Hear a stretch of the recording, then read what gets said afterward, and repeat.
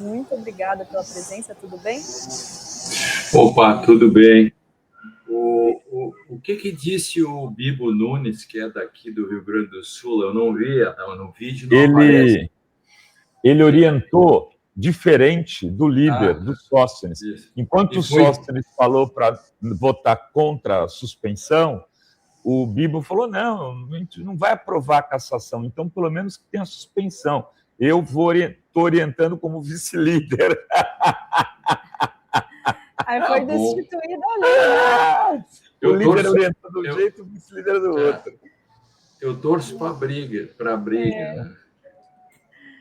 Não é? Professor Lênio Streck, eu vou fazer a coisa. Minha maior curiosidade agora é entender o caso Zambelli. Veja, ela é uma deputada presa, condenada na justiça. E ontem a Câmara Federal se posicionou contra a sua cassação. Isso cria um novo tipo de mandato, professor? Acontece o seguinte, né? Se fôssemos uma república mesmo, séria, e tudo isso aí é uma palhaçada, assim, né? Um nonsense. Né? Se isso aqui fosse sério, ela já teria perdido o mandato, porque ela faltou já quantas sessões? Igual os outros. Então, ela fica com o mandato, mas ela vai ter que... Como é que ela vai exercer o mandato? Agora ela vai exercer de dentro da prisão na Itália? Sim, porque se ela tem mandato e ela sair da prisão lá, ela vai fazer o mandato dela online. Então, vai criar uma figura bizarra. Alguém condenado a 15 anos, né, porque a soma das penas dá mais ou menos isso, o outro condenado a 16 anos, o outro que já teve todas as faltas, que é o Eduardo, e os três continuam com o mandato. Então, realmente, Houston, nós temos um problema. Isso é uma desmoralização total do parlamento. É uma desmoralização. E não sei o que o Hugo Mota tem que fazer uma DR, né? Uma discussão da relação dele com a família, com a política, com os colegas, alguma coisa. O rapaz é um menino, tem 36, 37 anos, né? Quando botaram ele, que seria um acordo, um consenso, a primeira coisa que eu disse é: não existe ninguém com menos de 40 anos que seja genial, a não ser nas ciências exatas, essas coisas de internet, nerds, física, química. Nas outras áreas não tem gênio, no direito, em sociologia, jornalismo, desculpe, Glauco, não sei se tem menos de 40, mas... Glauco é um menino, tem 28, professor. Então, mas desculpe, mas não tem ninguém, não existe gênio com menos de 40 anos de idade, com experiência, leitura. O diabo sabe mais por velho que por diabo. Aí você bota o cara de 36 anos como presidente da Câmara, que ele sucede, inclusive, o presidente da República. Ele assume o mandato, alguns presidentes de Câmara assumem várias vezes, né? E não tem que discutir isso. O Brasil precisa discutir consigo mesmo isso também, para não cair no ridículo na comunidade internacional e não cair no ridículo para os eleitores, porque os eleitores sempre aparece um aproveitador, tipo outsiders, né? Porque tudo isso aconteceu por causa da demonização da política. O próprio Hugo Mota é produto desse outsiderismo, assim como Zambelli é produto do Outsiders, lá de 2013, quando aquela gente saiu toda na rua, eu escrevi um texto dizendo: isto é fascismo, isto vai dar... isso vai dar problema. Muitos amigos meus achavam que ali estava a redenção, uma espécie de primavera brasileira. Eu digo, isto vai dar fascismo. 2 anos depois estava a Lava Jato e deu no que deu. Então, os sinais, nós precisamos saber ler os sinais, inclusive agora de novo. Eu inventei um termo, Glauco, não sei se você viu, está no meu X. Nós vivemos um estado de coisas golpista. Assim como existe um livro famoso chamado A Revolução Permanente, existe o estado de coisas permanente, golpismo. Nós temos, sob nossa cabeça, o golpismo. Nas mínimas coisas, nós temos que saber ler. Quer ver? Está lá no meu X também. Os militares, coisas que passam desapercebido, os militares foram até o Supremo para pedir coisas, militar pede coisa para o Supremo Tribunal, enlouqueceram. Onde estão os desenhos institucionais? Nós perdemos o pudor, o mínimo de desenhos institucionais é cada um fazer sua coisa, fazer aquilo que é a sua atribuição. Os militares não têm atribuição nenhuma para pedir coisas para si em termos de condenações do Heleno e toda essa gente. Está lá uma matéria toda, eu botei hoje a manchete no meu X, dizendo, isso é suco de Brasil, nós temos que olhar para dentro, nós vamos nos perder. Nós vamos nos perder no meio de tudo isso. É a anistia por um lado, agora estão dizendo aí, eu não sei se vocês vão falar sobre isso e tal, isso me causa profunda tristeza, enfim, e desespero. Dizem que esse projeto aí é uma costura com um monte de gente. Eu não quero acreditar nisso. Eu não quero acreditar que o próprio Supremo, ou que o Executivo, ou que um monte de gente estejam envolvidos nessa questão, o Judiciário, o Legislativo, o Senado, não sei mais quem, envolvidos nessa costura desse projeto, que é um queijo suíço, esse projeto aí da dosimetria. E isso vai acabar...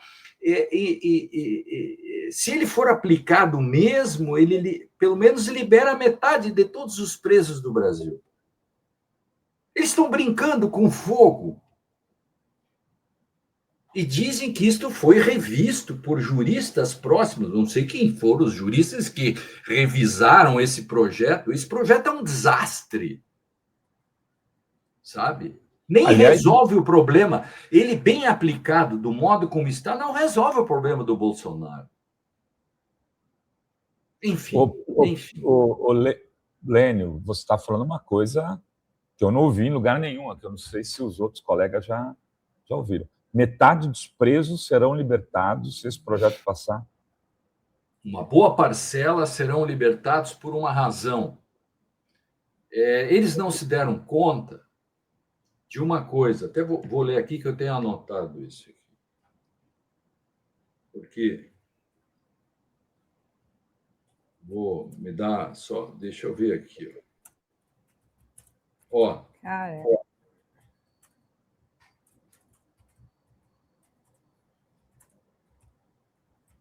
Primeiro, os deputados jamais poderiam ter alterado esse projeto, estabelecendo regras diversas para certos delitos sem que essas se estendam aos demais. É impossível você fazer isso sem estender para todas as outras situações de concursos entre crimes. Aquilo que se chama de eu faço 2 ações, ou eu somo, ou é uma só. Que a tese é que eles tiram uma para fazer uma só, por isso que cairia uma pena e, com isso, de 27 viraria 20.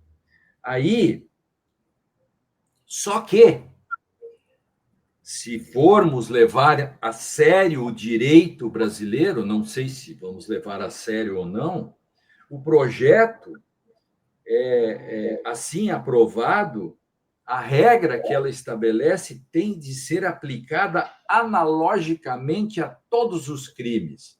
Uma regra de concurso não pode variar ou ficar restrita de acordo com o crime. Mas a gravidade do crime não tem por base a regra do concurso e vice-versa, mas a relevância do bem.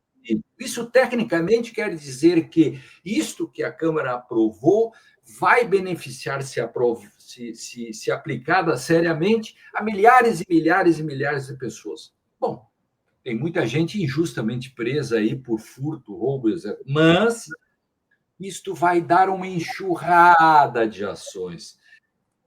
Bom, para quem torce pelo caos, é um prato cheio. O parlamento ajuda nessa história toda, né? Isso sem considerar outros problemas, porque quando se fala de execução penal, você não retroage automaticamente. A cada caso tem que ser analisado. Aí tem uma questão. Tem jurisprudência do Supremo que diz que você não pode, depois que transitou em julgado, só com provas novas ou dizer que a aplicação da pena foi fruto de um erro. Então, se aplicarmos também a própria jurisprudência, será impossível até mesmo fazer isso que o projeto disse.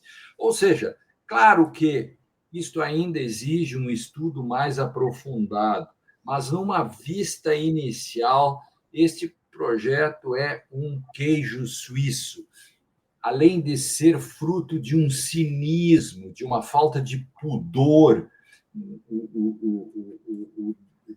de um conjunto grande de deputados. Eu lamento profundamente que esse negacionismo jurídico esteja sendo feito. Isso aí equivale mais ou menos à cloroquina no tempo da pandemia, né? Que coisa impressionante. Até que ponto nós chegamos? Até que ponto nós chegamos? Agora, Lênio, só pegando esse gancho, né, que você falou das repercussões para outros tipos de crime, também existe uma alteração aí na lei de execução penal, né, porque o projeto altera o artigo 112, o item que trata dos crimes cometidos com violência e grave ameaça. Pela lei atual, só tem direito à progressão de regime aqueles que cumpriram 25% da pena. E eles modificaram para poder beneficiar Jair Bolsonaro e esses outros envolvidos na trama golpista para 16% do cumprimento da pena, o que seria justamente aquilo não relacionado a crimes de grave ameaça e violência. Né? Como é que você vê também isso, a repercussão desse tipo de mudança para outros delitos, e aí praticados justamente com violência e grave ameaça, e essa postura da Câmara nesse aspecto, sendo que a gente que acompanha aqui o Congresso Nacional, tanto a Câmara quanto o Senado, toda semana eles estão votando aumento de pena, aumento de pena, aumento de pena, criação de tipo penal, e de repente fazem algo que vai no sentido totalmente oposto do que é a atividade legislativa da maioria dos parlamentares.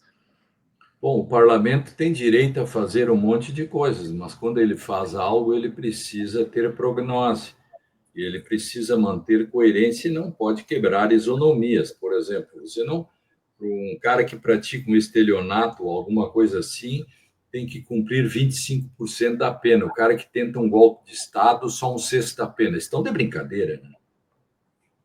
Então, só por isso já quebraria a isonomia, a igualdade. E com isso, assim, se funcionasse mesmo a coisa, se você, para um crime desse quilate, passa para 1/6, todos os demais, como estelionatos e outra coisa, sonegação, etc., todos os demais saem de 25 para 16. Porque tem que aprovar, tem que aplicar analogicamente. Olha o desastre, olha o que está sendo feito na ânsia de resolver um problema localizado, que é a turma da extrema-direita. Então, veja como é difícil esse país. De um lado, os militares vão lá bom, não tem. O Brasil não tem Ministério da Defesa, esse é o problema, né? O Brasil tem 36 ou 37 ministérios, menos um, porque o Ministério da Defesa não funciona. Ou o Múcio é ministro de alguma coisa. Aliás, o Múcio é o ministro da Defesa? Desculpe, a minha pergunta é sincera. Não trocou isso ou ele continua? Continua. Então, muito bem. Ele está tão na defesa que você nem vê ele jogando. Claro, ele joga atrás, ele joga atrás do goleiro. É um gandula, quase. Ele é quase um gandula. Então, ele é o ministro da Defesa. Os ministros militares vão até, segundo consta a notícia de hoje, até o Supremo para pedir coisas do Heleno e para os outros lá. Então, nós temos... Isto é um golpismo permanente, porque é um desrespeito à decisão. Nós temos, por outro lado, isso que eu acabei de falar, e tem os efeitos colaterais. Os efeitos colaterais disso, isto que a gente está examinando, o projeto, assim, a voo de pássaro, né? Se a gente for mais a fundo, vão começar a cavar, eu não sei, eu não posso dizer o que vai aparecer ainda das consequências, né, de uma aprovação. É interessante que esse pessoal deve ter ficado 1 mês, 2 meses em cima do projeto e fizeram isso que está aí.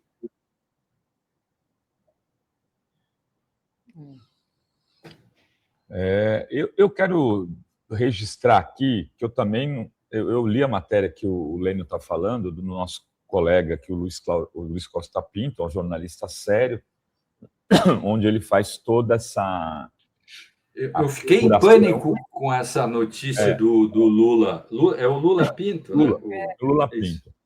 Que ele diz que, inclusive, ministros supremos, cita os nomes, o Alexandre de Moraes, o Gilmar Mendes e o Toffoli, participaram dessa articulação. Olha, como jornalista, eu já errei muito. Já comprei teses também que depois não se comprovaram com o tempo. Eu espero, sem desejar mal para o meu amigo Luiz Costa Pinto, que a apuração dele tenha algum problema nesse caso específico do Supremo, porque, de fato, será trágico para o Brasil. Torce contra o Lula Pinto, né? Nesse sentido, com devido respeito a ele, né? Contra, figurativamente, assim. É isso, é ou que, simbólico. pelo menos, depois da apuração deles, esse pessoal está me vergonhando na cara e não faça isso. Isso. Eu também, simbolicamente, estou torcendo para que as minhas avaliações sobre o projeto esse não se confirme. Entende? Porque a gente sempre deixa na retranca para dizer, olha, eu estou dizendo isso, mas no fundo gostaria que não fosse. Eu acho que no fundo o Lula Pinto também ele deve estar dizendo isso. Olha, eu no fundo não gostaria que isso que eu estou dizendo seja o que aconteceu. E como também a gente já está na estrada há muito tempo, sabe? Não significa, se isso não vier a acontecer, que ele errou. Pode ser que tenha acontecido a articulação e depois que veio à tona, na matéria dele, o pessoal falou, peraí, não dá para a gente entrar nessa, porque se o Flávio Dino não sabe disso, se o Fachin não sabe disso, criou um mal-estar terrível no Supremo. Imagina. Exatamente. Que coisa. E com a relatoria no Senado do Esperidião Amin, isso pode... Você acha que há algum jeito desse projeto, fazerem alguma mudança nesse projeto que torne que faça ele passar e não abra essa crise? Dá para mexer ou isso pode acontecer? Qual que é a expectativa no Senado? Bom, acho que o Esperidião Amin vai tentar resolver o problema dele de Santa Catarina, porque lá tem o problema do Carlos Bolsonaro, tem o problema da candidatura da moça lá, que era Carol Detone. Carol Detone, Carolina Detone. É um problema interno em Santa Catarina. Aí o bolsonarismo estava rifando o preclaro espírito. E ele, assumindo esta relatoria, colocando este projeto, digamos, como um cavalo de Troia, enfiando uma espécie de anistia dentro, mesmo que não dê certo, tem duas questões aí que eu vejo. Uma, enfiar um cavalo de Troia, ele fica bem entre o bolsonarismo, porque o bolsonarismo vai dizer que o Esperidião é um cara fiel, etc., correto? Porque, afinal, está mostrando o seu grau de fidelidade. E, por outro lado, funcionaria como bode na sala. Ou seja, você enfia a anistia e todo mundo grita, uau, não pode? Aí, realmente, depois o relator disse assim, olha, forçado pelas circunstâncias, nós retiramos para aprovar, sabe o quê? Aquilo que veio da Câmara, que é exatamente isso que nós estamos discutindo agora. Enfim, a gente está falando tudo isso e o Senado, inclusive, pode tentar corrigir isso que nós estamos dizendo, né? Aí tem que voltar para a Câmara. Então, no fundo, a gente, quando fala isso aí, está ajudando. Isso é ruim, né? Mas percebe, o Robai? A gente está dando uma chance para o Senado arrumar esse projeto. Ele é ruim. Né? Aqui, nós somos um grande ornitorrinco mesmo. Desculpa, Glauco e Bistri, mas eu queria mudar um pouco a página aqui e falar de uma coisa que eu também considero muito importante e constrangedora, até de certa forma. É a relação dos ministros do Supremo, Lênio, com milionários, com bancos, com escritórios que eles mantêm com companheiras ou mulheres, esposas, filhas.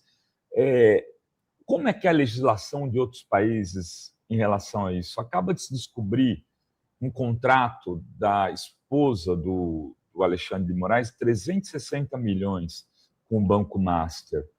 Era para atuar no Congresso, para atuar no Banco Central. É comum um contrato desta monta, Lênio, por exemplo? Não, contratos enormes desses são comuns. Outro dia contratos de 10, 20 milhões não são incomuns nas grandes causas. Mas 360 milhões. Não, 129, né? 129? Será que eu estou fazendo confusão? Mas aí, eu não sei, não. É um contrato milionário, né? Não, mas tudo bem. É um contrato milionário. Agora, 129, é isso. 129 não está assinado. Não está assinado e não se sabe se chegou a ser pago alguma parcela. Então, vamos dar o benefício da... Eu não tinha visto isso.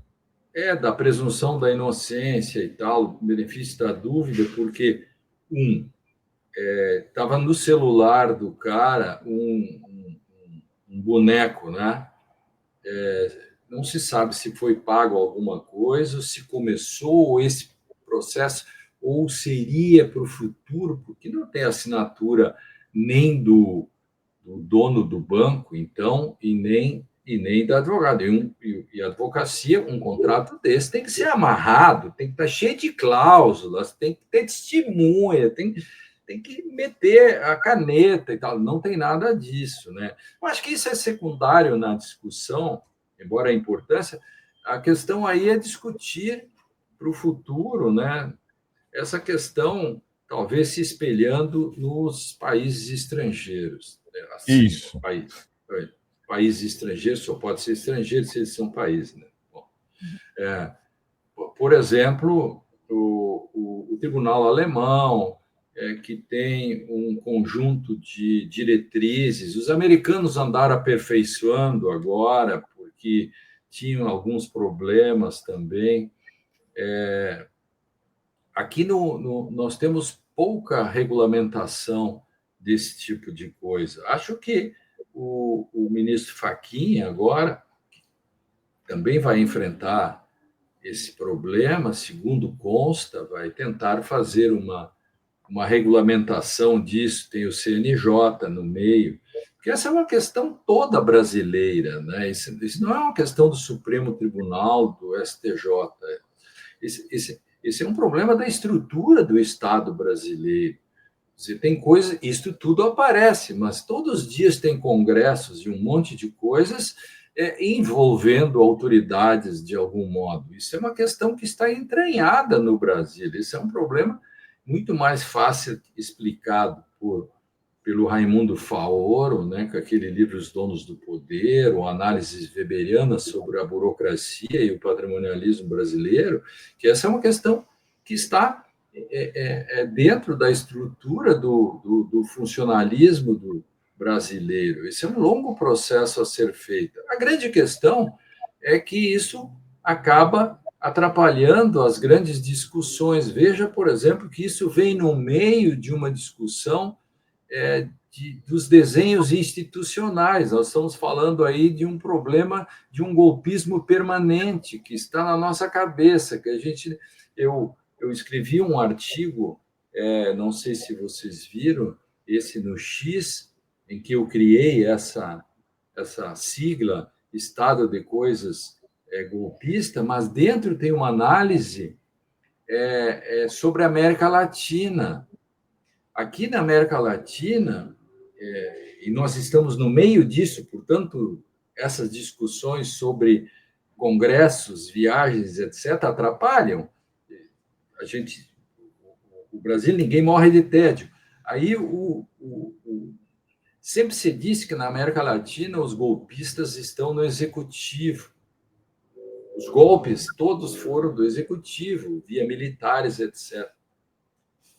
O Brasil, se nós pegarmos bem, os grandes problemas estão numa espécie de golpismo permanente que vem de um conjunto de elites que acabam se encastelando dentro do parlamento, eles fazem uma fagocitose da política, e aí, a partir disso, tudo que eles desejam, que são contrariados, eles fazem uma espécie de backlash, ou seja, o efeito rebote. Se o executivo não lhes dá emenda parlamentares, eles ameaçam o executivo de um monte de coisa.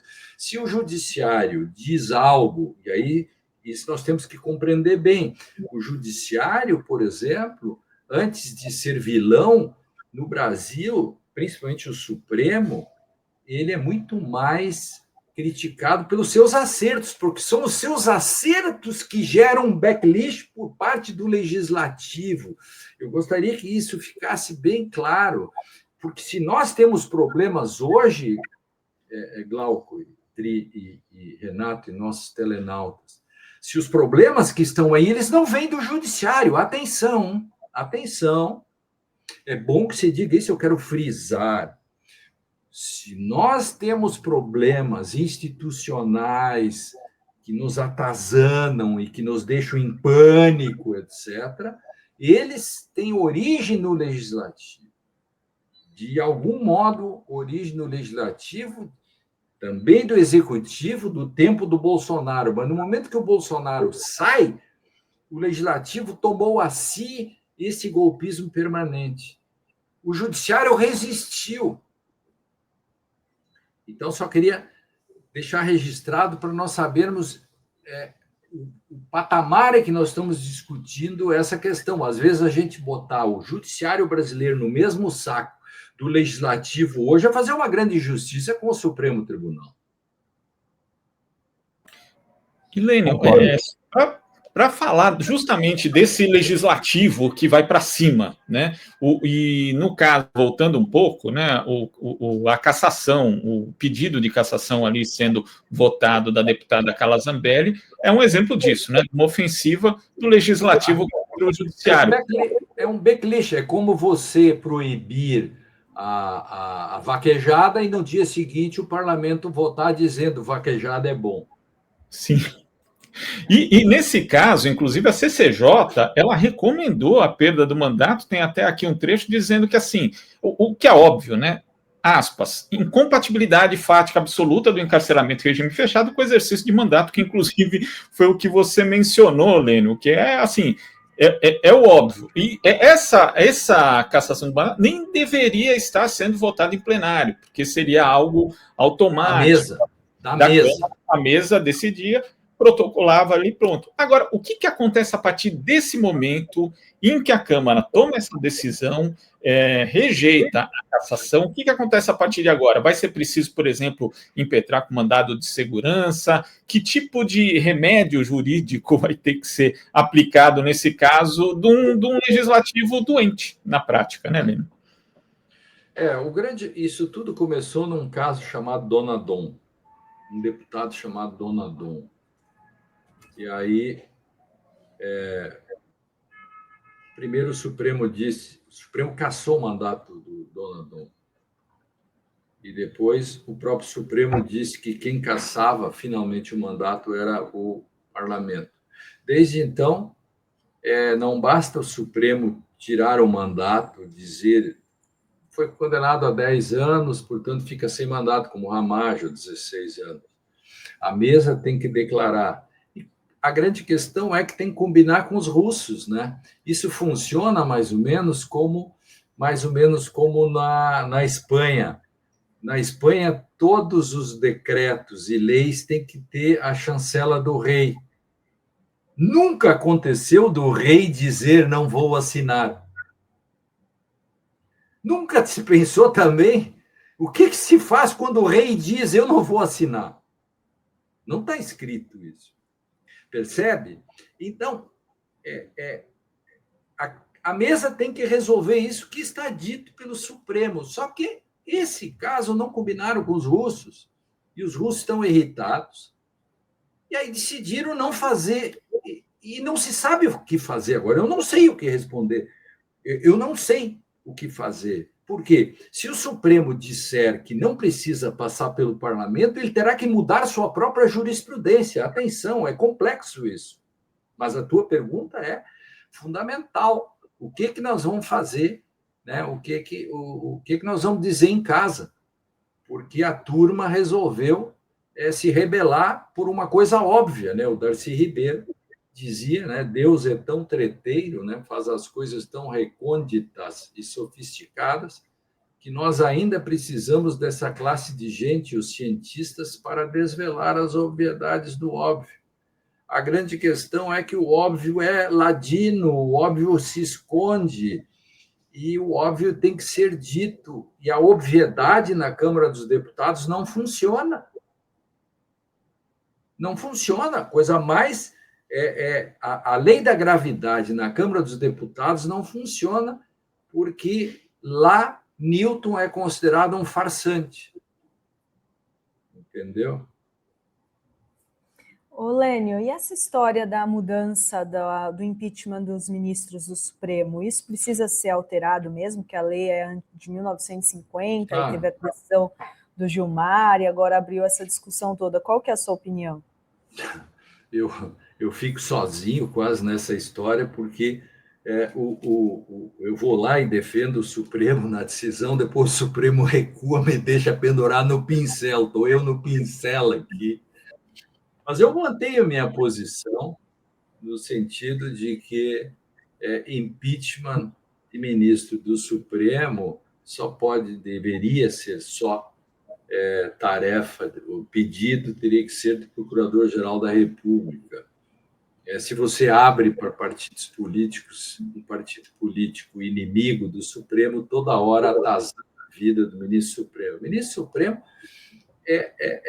a Suprema Corte é encarregada de proteger a Constituição. Ninguém leu isso ainda. Poxa, essa lei é uma lei caquética, uma lei de 1950, uma lei do tempo que se atava cachorro com linguiça. Essa é uma lei que veio regulamentar a Constituição de 46, que foi uma Constituição que foi costurada, enfim, em face lá.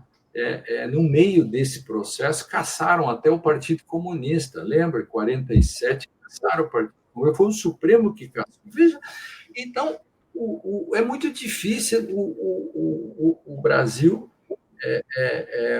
ele surpreende a cada momento. Então, em 1950, fizeram uma lei, não se falava em Estado Democrático de Direito. A teoria constitucional, por exemplo, e as pessoas, quando discutem isso, não levam isso em conta.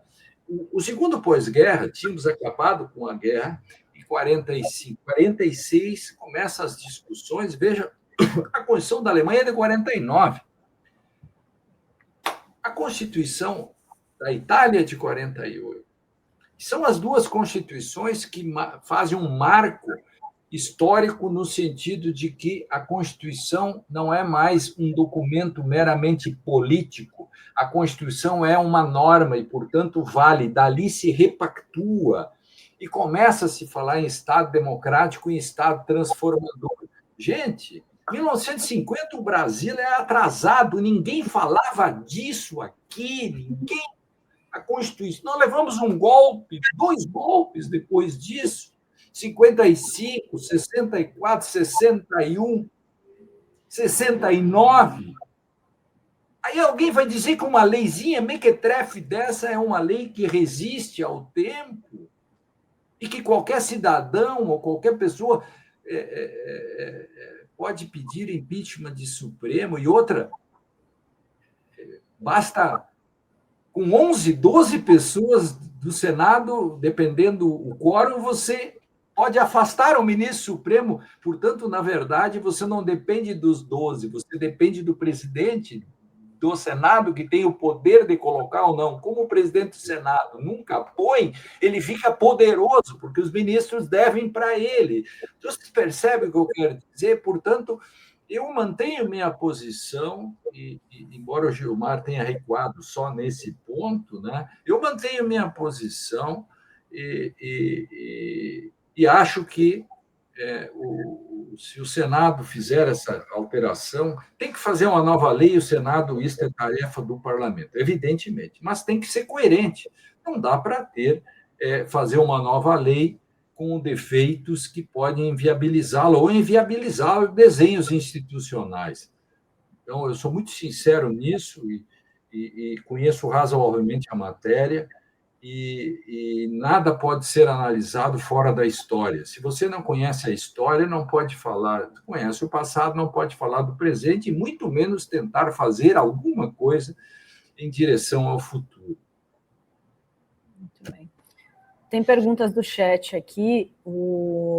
A Cristine pergunta: o judiciário resistiu ou os golpistas até aqui eram de outra turma? Quando o vampiro chegou, tudo voltou a ser como era antes.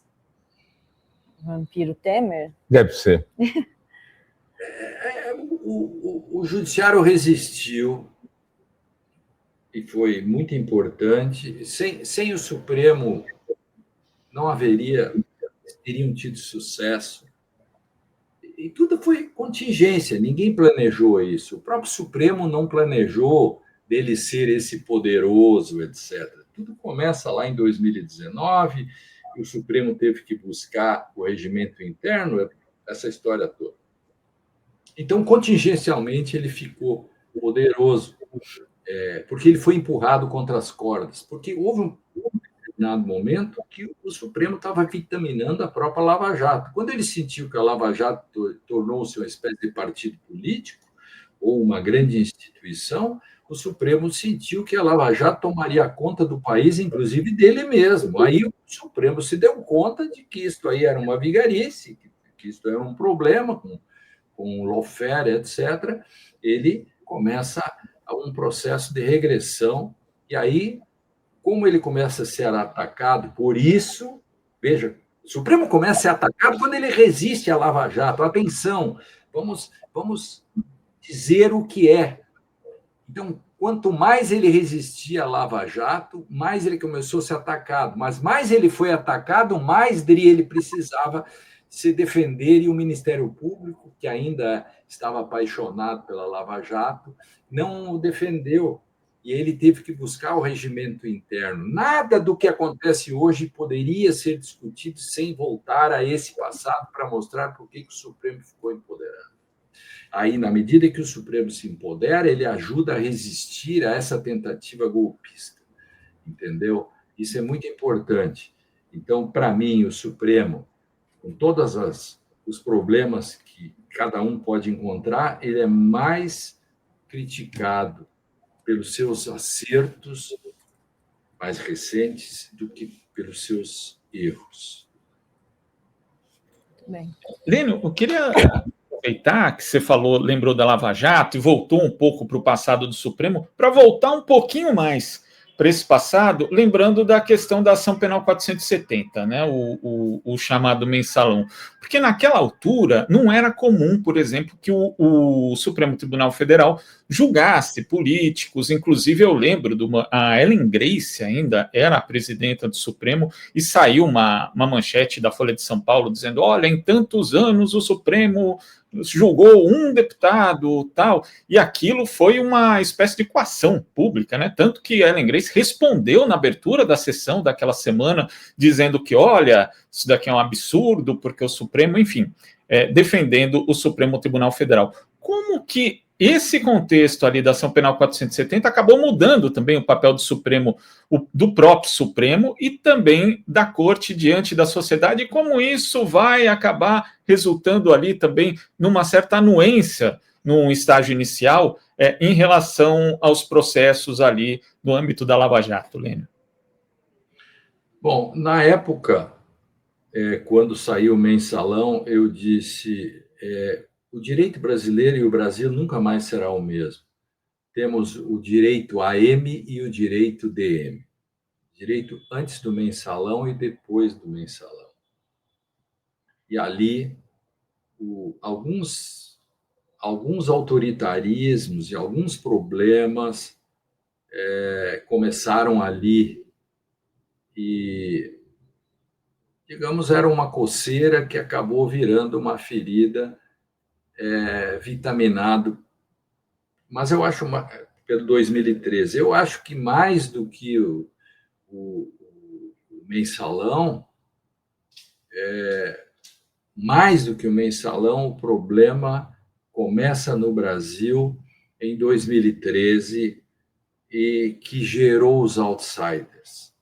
Se você pegar, Glauco, fizer um mapa de quem causou problemas, de quem tentou o golpe, de quem apoia golpista, etc., você verá que uma grande parcela, não que sejam outsiders, falaram em nome de um outsiderismo do tipo o próprio Bolsonaro, sem 2013, sem Lava Jato, não existiria.